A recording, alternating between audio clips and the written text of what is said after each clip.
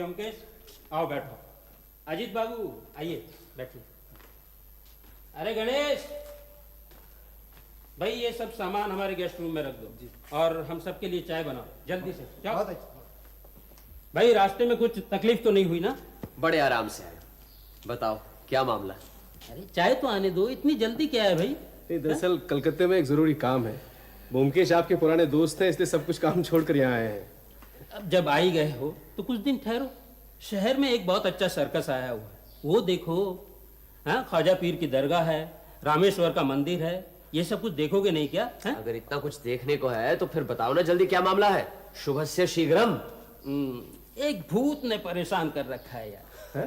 भूत? ये पुलिस ने भूतों की छानबीन करना कब से शुरू कर दिया? ये बात नहीं है। मामला कुछ यूं है कि करीबन 1 महीने पहले एक आदमी की उसी के घर में हत्या हो गई। अब हत्यारा तो पकड़ा नहीं गया, लेकिन उस आदमी की प्रेत आत्मा ने घर में आना जाना शुरू कर दिया। लो चाय आ गई।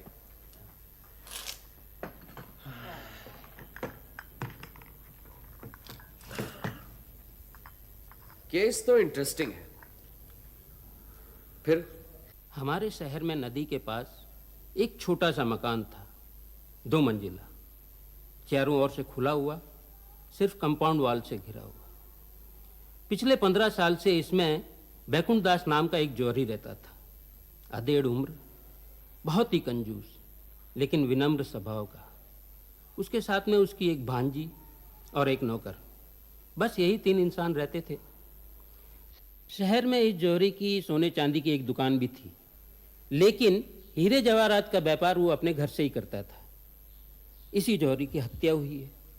वही खातों की जांच पड़ताल के बाद पता चला कि मरते वक्त इसके पास 51 हीरे, पन्ना और चुन्नियाँ थी, जिनकी कीमत समझो 4 लाख रुपए होगी, और वो सब कुछ चोरी चले गए। कहाँ रखता था ये हीरे जवाहरात? यही तो गोरख धंधा है। 2 मंजिला मकान, ऊपर सिर्फ एक कमरा जिसमें वो खुद रहता था, नीचे एक बैठक और एक कमरा जिसमें उसकी भांजी रहती थी। बाहर से जब कोई ग्राहक आता था तो उसे नीचे बैठक में बिठाकर ऊपर से हीरे जवाहरात लाकर दिखा देता था। उसके कमरे में तो सिर्फ एक चटाई, एक पानदान, एक पानी पीने की सुराही और एक छोटी सी संदूक थी, जिसमें हीरे जवाहरात और नकद रखता था। बाकी ना तो उस कमरे में कोई अलमारी, ना संदूक, यहाँ तक कि दीवारों पे कोई तस्वीर भी नहीं थी। संदूकची में कुछ मिला? कुछ नहीं, सब साफ। सिर्फ कान से मैल निकालने वाली पीतल की छोटी सी छड़ी थी बस। हत्या कैसी हुई? रोजाना की तरह शाम को 8 बजे बैकुंठ दास दुकान से घर आया। खाना वाना खाकर रात को 9 बजे तक अपने कमरे में सोने चला गया। भांजी भी खा पी कर अपने कमरे में सोने चली गई। नौकर दुकान पे खाना खा के चला गया, क्योंकि वो वहीं सोता था। फिर रात में क्या हुआ किसी को कुछ पता नहीं। सुबह जब बैकुंठ दास ने दरवाज़ा नहीं खोला तो पुलिस ने आकर दरवाज़ा तोड़ा। देखा कि अंदर बैकुंठ दास की लाश पड़ी है। जिस्म पर जख्म का कोई निशान नहीं।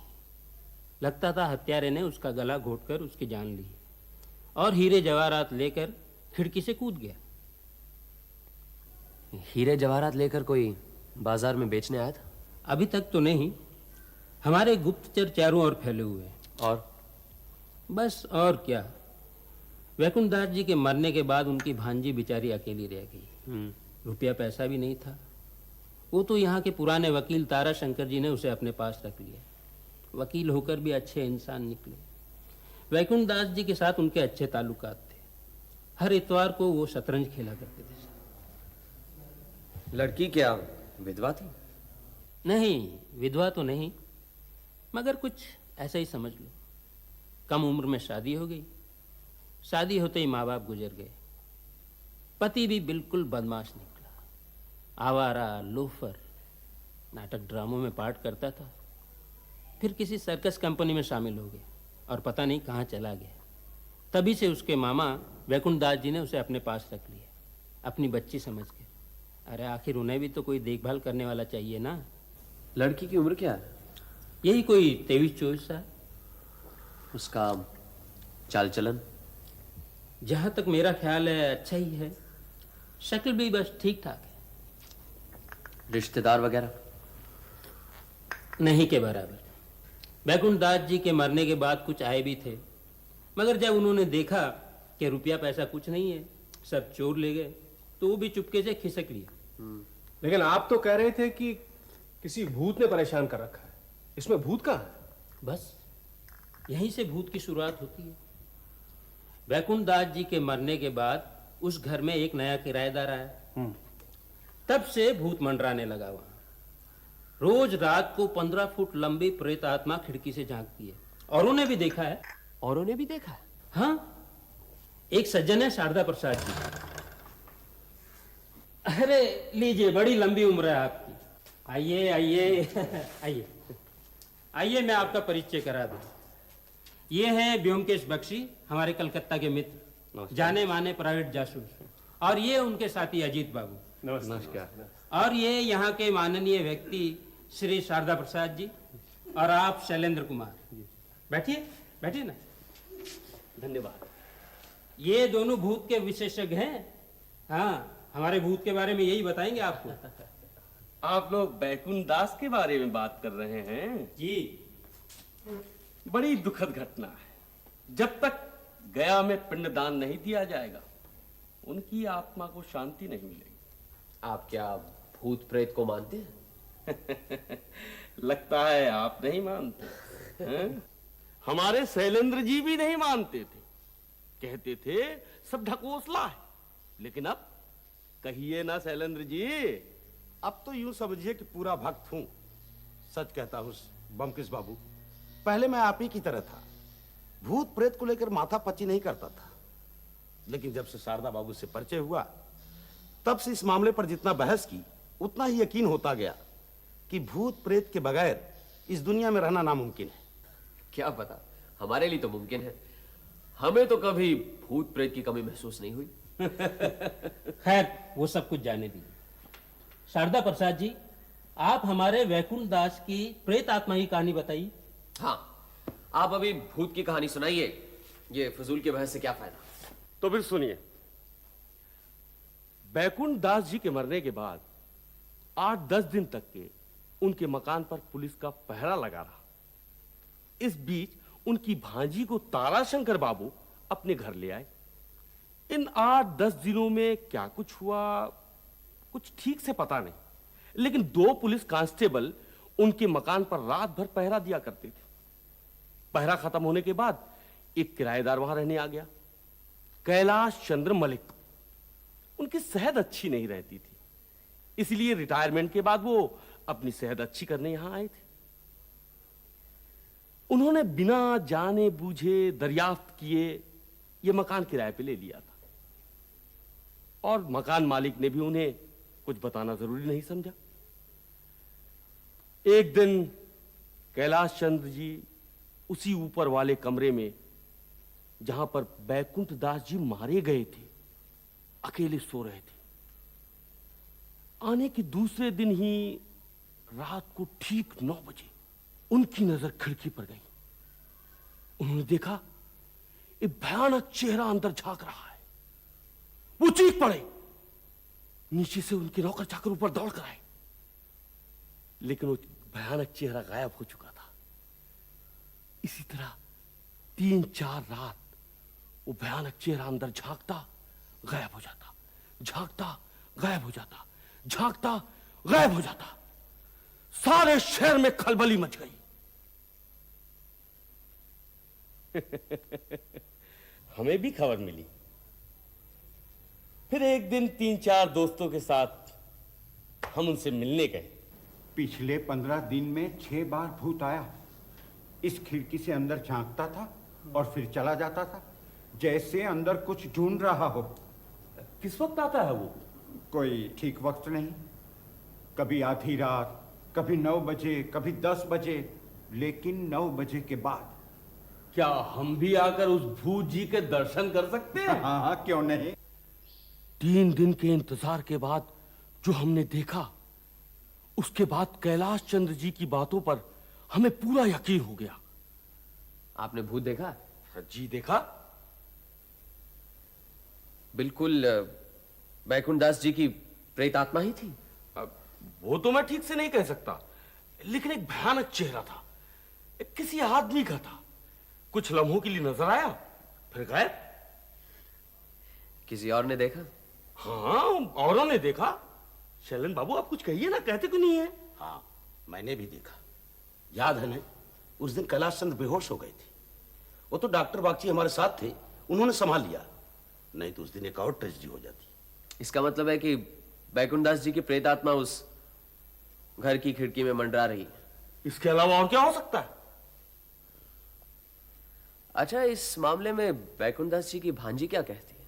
वो बेचारी क्या कहेगी? कुछ नहीं। बैकुंठ दास जी की भांजी से मुलाकात करवा सकते हैं? हाँ हाँ, क्यों नहीं? क्यों ना पहले भूत के दर्शन किए जाए? हाँ हाँ, कर सकते हैं, पर आज ही रात को नजर आ जाएगा इसकी गारंटी नहीं है। लगातार 3-4 रात इंतजार करेंगे तो जरूर नजर आ जाएगा। ये ठीक रहेगा। आपके शहर आए हैं, एक नया तजुर्बा लेकर जाएंगे। चलिए, आज शाम को ही चलते हैं।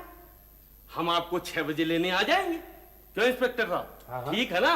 हाँ, ठीक। पहले ताराशंकर बाबू से मिलेंगे, वहीं शीला रहती उससे मिलेंगे, फिर भूत। ठीक है। चलिए, फिर शाम को मुलाकात होगी। नमस्कार। नमस्कार।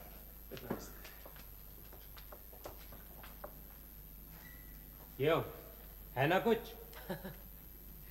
तुम्हारी हत्या की कहानी और शारदा प्रसाद की भूत की कहानी, इन दोनों में कौन सी ज्यादा मजेदार है, ये तो समझ में नहीं आ रहा। मजेदार? हत्या की घटना में मजा कहां से मिला तुम्हें? अच्छा, कहीं बैकुंठ दास जी का हार्ट फेल तो नहीं हुआ? क्या बात करते हो? पोस्टमार्टम रिपोर्ट में साफ साफ लिखा है कि गला दबाकर दम घोट कर मारा है। मतलब आज तक हत्यारे का कोई पता नहीं चला, यहां तक कि गर्दन पर उंगलियों के निशान भी नहीं मिले। ये मजेदार बात नहीं तो और क्या है। हमारे शारदा प्रसाद जी के सामने तो एक सबूत है, भूत। आपके पास तो कुछ भी नहीं है। आइए आइए शारदा प्रसाद जी, आइए। नमस्कार। नमस्कार नमस्कार। आप हैं व्योमकेश बाबू। नमस्ते, बैठिए बैठिए बैठिए। माफ करना, मैंने इनसे कहा था किसी को और साथ में ले आए, सिर्फ ब्योमकेश को लेके आए। ठीक, कोई बात नहीं। अच्छा, तो आप ये कलकत्ता के डिटेक्टिव? डिटेक्टिव कहना तो शायद ठीक नहीं होगा, मैं सत्यान्वेषी हूं। सत्यान्वेषी? वो क्या होता है? सत्य की खोज करना मेरा पेशा है, जैसे आपकी वकालत। अच्छा अच्छा, आजकल डिटेक्टिव आउट ऑफ फैशन हो गया है। अच्छा, तो आप किस तरह की खोज करते हैं?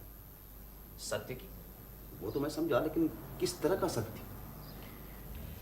यूं समझिए, जैसे बैकुंठ दास आपके पास कितना रुपया छोड़ कर गए हैं। अगर इस तरह के सत्य की जानकारी मिल जाए तो मेरा काम काफी आसान होगा। बैकुंठ दास मेरे पास रुपया छोड़ गए हैं, ये आपको कैसे पता चला? बैकुंठ दास जैसे धनी जौहरी नकद रुपया नहीं छोड़कर जाएंगे, इस पर कोई यकीन नहीं किया जा सकता। उनका बैंक में कोई खाता नहीं था। ये मुमकिन है कि बैंक जैसी संस्था पर उनको भरोसा ही नहीं था। फिर रुपया कहां रखा उन्होंने? आप तो उनके साथ इतवार को शतरंज खेलते थे। उनकी मौत के बाद आपने उनकी भांजी को अपने पास रखा, इसलिए यही समझना चाहिए कि आप ही उनके करीबी दोस्त हैं। लिहाजा रुपया आप ही के पास रखेंगे। आपने ठीक ही कहा, बैंकों के ऊपर बैकुंठ दास का भरोसा नहीं था। उनका नगद सब रुपया मेरे पास था और अब भी है, करीबन 17,000 रुपए। लेकिन मैंने इस बात की किसी से चर्चा नहीं की और मैं नहीं चाहता कि ये बात आज के बाद किसी को पता चले। आप तो सज्जन जान गए हैं और मैं चाहता हूं कि ये बात आप अपने तक ही रखें। इस बात को छुपाकर रखने की कोई खास वजह है? बताता हूं। आप लोगों को शायद मालूम नहीं, शीला का मतलब बैकुंठ दास जी के भांजी का एक लोफर लापरवाह पति है।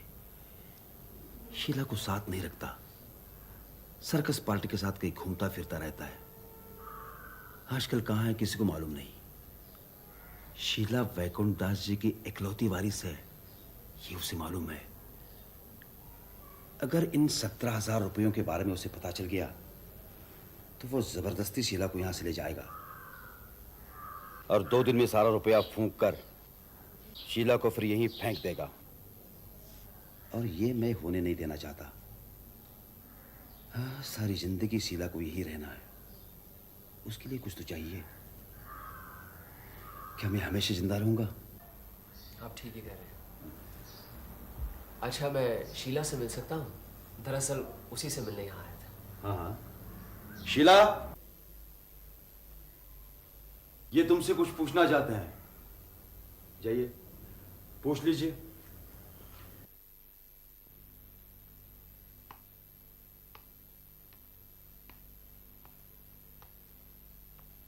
आपके मामा के मौत के बाद आप पूरी तरह से असहाय नहीं हुई हैं, ये बात आप जानती हैं? जानती हूँ। ताराशंकर बाबू ने जरूर आपको बताया होगा कि आपके 17,000 रुपए उनके पास जमा है। जी। आपके पति कितने दिनों से लापता हैं? 5 साल। इन 5 सालों में आपने कभी उन्हें देखा? नहीं। कोई चिट्ठी भी नहीं मिली? नहीं। अब वो कहाँ है, कुछ मालूम है आपको? नहीं। अच्छा, आपको कुछ धन प्राप्त हुआ है, ये समाचार सुनकर क्या वो आपको यहां से ले जाएंगे? मतलब क्या ये मुमकिन है? है। आप उनके साथ जाना चाहती हैं? क्या आप उनके पास जाना चाहती हैं? मेरे चाहने न चाहने से क्या होता है? आपका ससुराल कहाँ है? जशोर। वहां आपके सास ससुर हैं? जी नहीं, दोनों गुजर गए हैं। अच्छा, आपकी शादी कहाँ हुई थी? नवद्वीप में।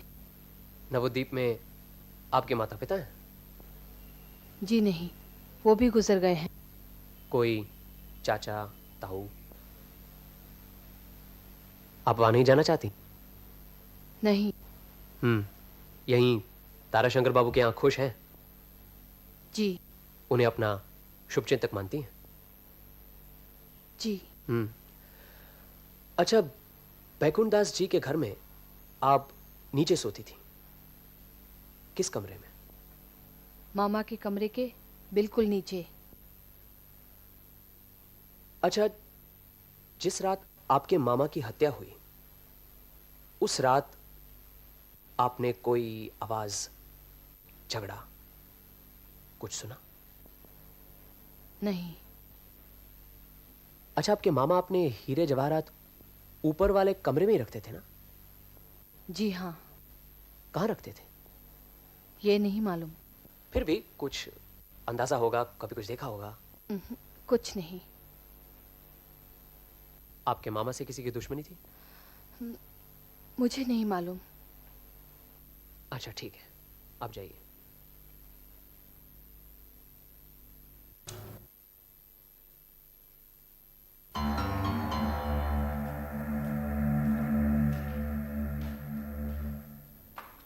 आइए आइए। नमस्कार कैलाश चंद जी, आपको फिर तकलीफ देने आ गए। अरे कैसी तकलीफ? हाँ, आप हैं कलकत्ते के जाने माने जासूस, उस भूत के बारे में कुछ तहकीकात करना चाहते हैं। अच्छा अच्छा, जरूर कीजिए। बैठिए तो सही। नहीं, आप बातचीत कीजिए, मैं जरा आसपास की जगह दिखाता हूँ, अगर इजाजत हो तो। हाँ हाँ जरूर। अच्छा।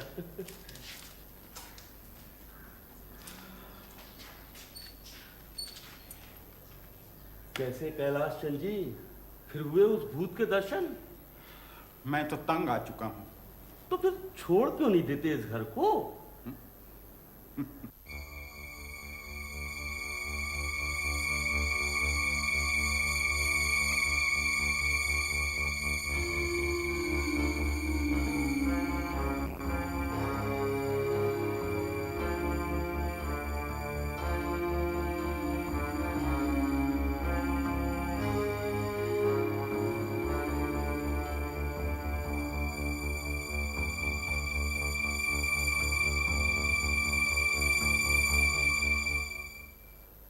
अरे ऊपर आइए, चाय आ गई है।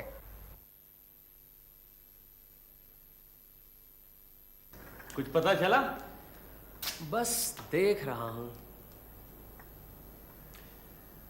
ये खिड़की जमीन से करीब 15 फुट की ऊंचाई पर है। जी, अब आप अंदाजा लगाइए, जो इस खिड़की से झांकता है उसकी ऊंचाई क्या होगी? यही तो ताज्जुब की बात। कैलाश बाबू, ये भूत की आए दिन की परेशानी जो आपको तंग कर रही है, आपको ऐसा नहीं लगता कि आपको ये घर छोड़ देना चाहिए? सब मुझको यही कहते हैं, ये घर छोड़ दो। लेकिन घर छोड़कर होगा क्या? मैं जहां भी जाऊंगा ये परेशानी मेरा पीछा करती रहेगी। आपका पीछा करेगी? आप क्या सोचते हैं, किसी बैकुंठ की प्रेतात्मा यहां चक्कर काट रही है? नहीं, बिल्कुल नहीं। फिर क्या बात है? अरे लालटेन ले आ, अंधेरा होने वाला है।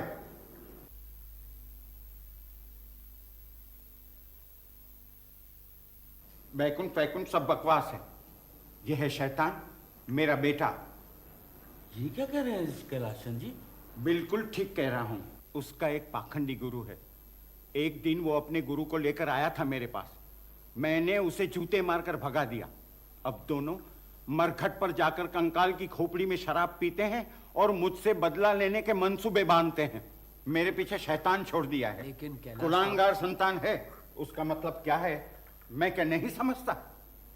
मुझे दिल का दौरा पड़ चुका है। पिशाच को देखकर मेरा हार्ट फेल हो जाए, बस दोनों की बनाएगी। दोनों गुरु चले मेरी जायदाद को लेकर मजे से गुलछर्रे उड़ाएंगे और क्या। वो देखो।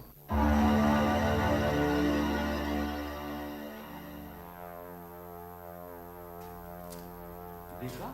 देखिए, ये शैतान है, मुझे बिना मारे नहीं छोड़ेगा। ब्योमकेश बाबू, मेरे जाने का वक्त हो गया है। शैतान के हाथों से कभी कोई बचा है क्या? कैलाश बाबू, डर ही मनुष्य का सबसे बड़ा दुश्मन है, शैतान या प्रेत नहीं। मैं फिर कहता हूं, आप ये घर छोड़ दीजिए। मैं भी तो यही कह रहा हूं। मुझे पूरा यकीन है कि बैकुंठ दास की मृत्यु के बाद ये मकान भूतों का अड्डा बन गया है। भूत हो या शैतान, फिलहाल कैलाश बाबू का जो हाल है, किसी तरह का भी कोई झटका या डर इनके लिए अच्छा नहीं है। आपको ये घर छोड़ देना चाहिए। मैं नहीं छोड़ूंगा ये घर। मैं क्यों छोड़ूं ये घर? मैंने किया क्या है जो मैं चोरों की तरह यहां से भाग जाऊं? अगर मेरा अपना बेटा मेरी मौत चाहता है तो ठीक है, मैं यहीं पर मरूंगा। जो बेटा अपने बाप को मार डालना चाहता है, मैं ऐसे बेटे का बाप होकर जिंदा रहना नहीं चाहता। अच्छा, आप इस खिड़की को बंद क्यों नहीं रखते? रखा था 2-4 दिन, लेकिन जब भी वो आता है जोर से खिड़की खटखटाता है। तब से एक नौकर जमीन पर सोता है। मैं जरा इस कमरे को अच्छी तरह से देख लूं।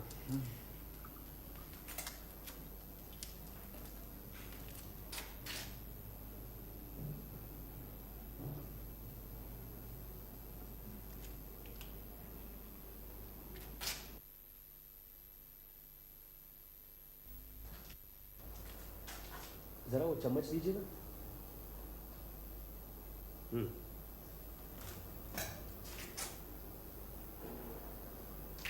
ये कलकत्ते के जासूस कर क्या रहे हैं?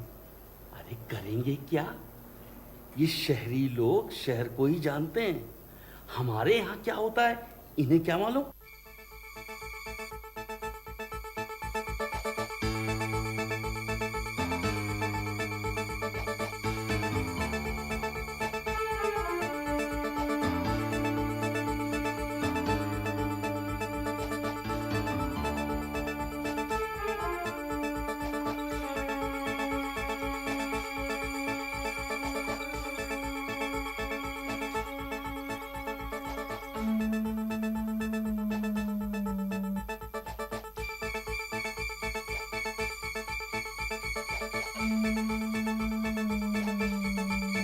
बुरा मत मानिएगा, आपकी दीवार जरा खरोंच दी है।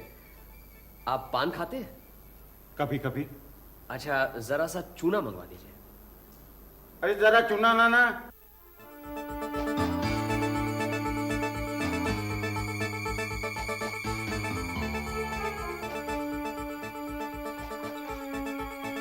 लेकिन ब्योमकेश बाबू को यहाँ आकर एक फायदा जरूर हुआ है। उन्होंने कल रात को जिंदगी में पहली बार भूत के दर्शन किए। सच? अरे पूछ लीजिए इनसे। हाँ, एक चेहरा देखा, लेकिन किसका था कुछ कह नहीं सकता। लेकिन था तो किसी इंसान का।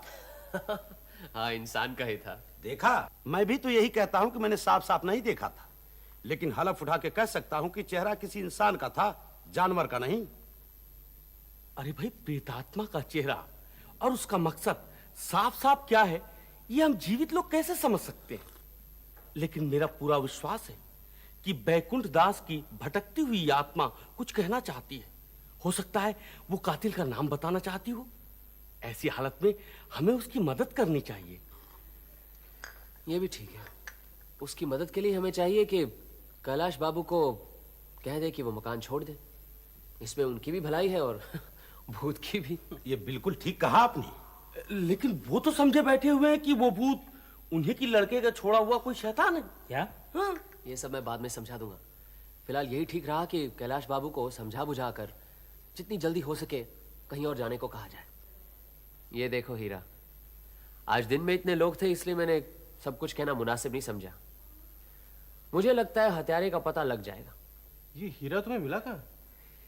ये हीरा मुझे बैकुंठ दास के कमरे की दीवार में चिना हुआ मिला। मैंने गौर करके देखा कि दीवार में जगह जगह पर चूना लगा हुआ था। तब मुझे यकीन हो गया कि अगर दीवार को कुरेद कर देखा जाए तो उसमें जरूर हीरे के टुकड़े मिलेंगे। मतलब ये कि बैकुंठ दास की हत्या इन्हीं हीरो की वजह से हुई है और हत्यारा अब खाली मकान तलाश करके हीरे बरामद करना चाहता है। इसीलिए चाहते हो कि कैलाश चंद्र घर छोड़ जाए? हाँ, अब गौर करने की बात है कि जिस दिन बैकुंठ दास जी का खून हुआ था उसी दिन से 12 दिन तक पुलिस का पहरा था और 13वें दिन कैलाश चंद्र बाबू आधम के। अब जिस दिन मकान खाली होगा उसी रात से हम तीनों वहां धरना देंगे। मुझे पूरी उम्मीद है कि पहली रात नहीं तो दूसरी रात को हत्यारा वहां जरूर आ पहुंचेगा।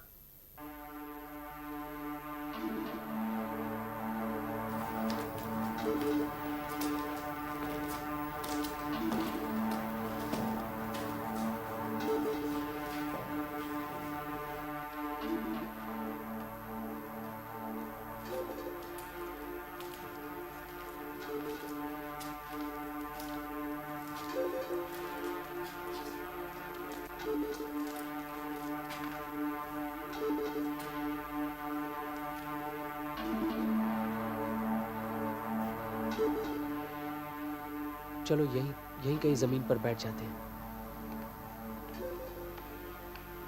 पता नहीं कितनी देर तक इंतजार करना पड़ेगा। 5 बजे तक तो रुकना ही पड़ेगा। अजीत, हाँ? जैसे ही मैं टॉर्च जलाऊं तुम खिड़की के पास चले जाना और शशांक तुम पुलिस का काम करोगे। मतलब कि भूत को पकड़े रखना है। फिर मैं तो याद है एक बार ऐसे ही हम रेत के दलदल के पास वाले कमरे में बैठे थे। याद है, लेकिन अभी कोई बातचीत नहीं, कोई हिलेगा भी नहीं, समझे?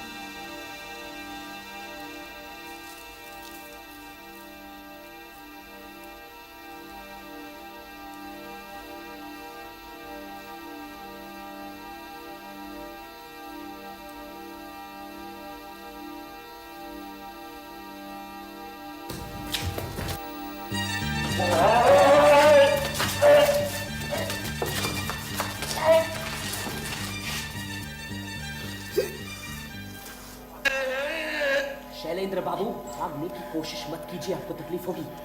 नीचे हमारे सिपाही तैनात हैं। जमादार साहब, ऊपर आइए।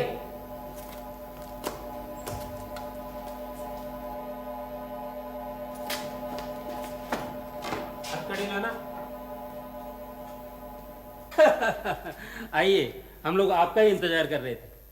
आपने तो कमाल कर दिया ब्योमकेश बाबू। मैं बिना वजह अपने लड़के पर शक कर रहा था। इतने दिनों से शैलेंद्र बाबू को पहचानता हूं, लेकिन कभी कुछ पता नहीं लगा कितना बड़ा शैतान निकला। ऊपर से हमें ही कहता है कि उसने भूत देखा था, ताकि कोई उस पर शक न कर सके कि वो साला खुद ही भूत है। क्या उल्लू बनाया हमें। लेकिन आपको कैसे पता चला? सारे शहर में यही चर्चा हो रही है। हाँ, बैठिए, अभी बताता हूँ। हाँ हाँ, आइए ना, बैठिए बैठिए, आप लोग भी बैठिए बैठिए। शारदा बाबू, आप बुरा ना माने, लेकिन जब आपने भूत और प्रेत आत्मा की बात छेड़ी थी तब मुझे यकीन नहीं हुआ, क्योंकि भूत के अस्तित्व पर मुझे कतई यकीन नहीं है। जो भूत शारदा बाबू ने देखा, कैलाश बाबू ने देखा, वो असल में भूत नहीं बल्कि जीता जागता इंसान था। शुरू से मेरी यही आस्था रही थी। अब सवाल ये उठता है कि ये शख्स जो भूत बनकर बैठा है, ये कौन है और भूत क्यों बनकर बैठा है? लोगों को भूत बनकर क्यों डरा रहा है? इसका एक ही जवाब निकलता है कि वो भूत बनकर मकान में रहने वालों को भगाना चाहता है। अब सवाल ये उठता है कि वो उन्हें क्यों भगाना चाहता था, उसका मकसद क्या था?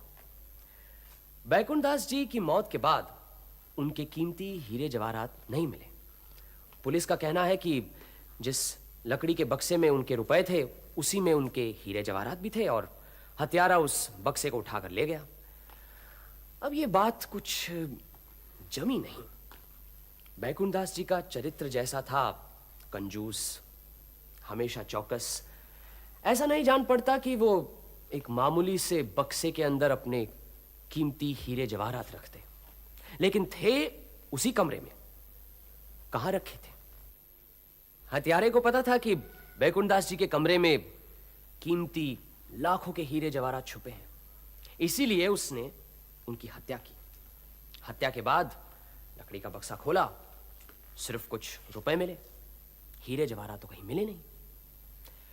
इन्हीं हीरो को हासिल करने के लिए भूत बनकर उसने कैलाश बाबू को डराना शुरू किया, ताकि वो मकान छोड़कर चले जाएं और वो आराम से बैठकर हीरे ढूंढे। यही मौका हमने उसे दिया और उसी से वो पकड़ा गया। अब सवाल ये उठता है कि ये भूत या चोर, हत्यारा, उसने ऐसा क्यों किया? उसका मकसद क्या था? आपको यह जानकर ताज्जुब होगा कि यही शैलेंद्र बैकुंठ दास जी की भांजी शीला का पति है और शीला को शुरू से ही अपने मामा के हत्यारे का पता था। मैं शैलेंद्र को हवालात में मिला। मैं करीब 3 हफ्ते पहले इस शहर में सर्कस कंपनी के साथ आया। सर्कस के पहले दिन ही मैंने देखा कि मेरी पत्नी शीला अपने मामा के साथ सर्कस देखने आई है। मुझे दिन में कोई खास काम नहीं रहता, इसलिए मैं शीला के मामा के बारे में जानकारी हासिल की तो पता चला कि शीला का मामा एक बहुत बड़ा पैसे वाला जौहरी है। एक दिन मैं शीला के मामा का घर का पता लगाते लगाते शीला से जाकर मिला। बोलो, अब मुझे छोड़कर नहीं जाओगे? नहीं जाऊंगा शीला। दरअसल मैं सर्कस के काम से तंग आ गया। मैं चाहता हूं कलकत्ते में जाकर रहूं, कोई काम धंधा शुरू करूं, लेकिन मजबूरी ये है कि हमारे पास रुपए नहीं। हमें रुपये नहीं चाहिए, बस तुम मुझे यहाँ से ले चलो। तुम्हारे मामा के पास तो रुपए, हीरे जवाहरात सब है। वो तुम्हें कुछ नहीं देंगे। 5 साल से तुम नहीं आए और आज। उन्हें देने की जरूरत नहीं है, मैं खुद ले लूंगा। और सुनो, मैं कल रात आऊंगा। रात में तुम्हारे घर में कोई नहीं रहता, तुम दरवाजा खोल देना। मैं ऊपर से हीरे, रुपए, जवाहरात सभी ले लूंगा। उसके बाद हम दोनों यहाँ से भाग चलेंगे। नहीं। अगर तुम मेरे साथ आना चाहती हो तो बस यही एक रास्ता है। मैं कल रात जरूर आऊंगा। दूसरी रात शीला ने दरवाजा खोल दिया और मैं ऊपर गया।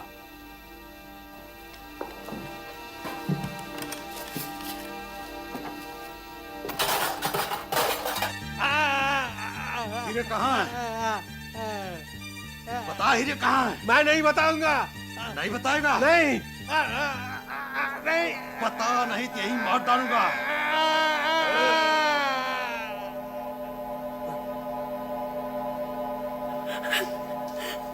तुम्हें पता है कहाँ हीरे?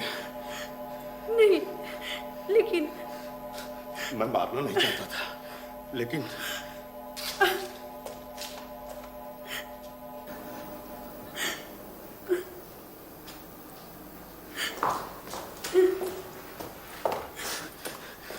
मैं ये खिड़की तोड़ करके नीचे भाग जाऊंगा।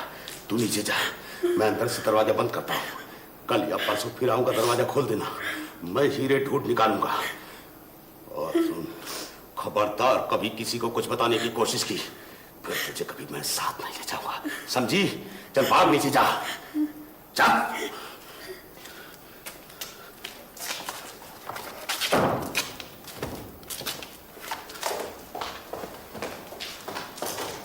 फिर रात को सर्कस के बाद कई बार शैलेंद्र उस मकान में गया। कभी 9 बजे, 10 बजे, 12 बजे या 2 या 3 बजे। सर्कस में लंबे लंबे बांस के डंडों के बीच करीब 8 या 10 फुट की ऊंचाई पर एक तख्ता लगाकर उस पर चढ़कर चलने की प्रैक्टिस दी जाती है। शैलेंद्र इसमें माहिर था। इसी लंबे बांस के सहारे चलकर वह खिड़की तक आता था, डराने के लिए अंदर झांकता। कभी जरूरत पड़े तो तेजी से भाग जाता था। अब डराने के साथ साथ वो ये भी पता लगाना चाहता था कि हीरे कहां छुपा कर रखे। बैकुंठ दास जी ने हीरे छुपाने की जगह अजीब सी सोची थी। दीवारों को खरोच कर उसके अंदर हीरे रखे गए थे। उस पर पान का चूना लगाकर उस जगह को छुपा देते थे। ऐसे करीब 50 या 60 सुराख मिले थे मुझे, जहां हीरे हिफाजत से रखे गए थे। मुझे लगता है कि शैलेंद्र को आखिर इस जगह का पता चल गया था। असल में दुख भरी दास्तां तो बेचारी शीला की है।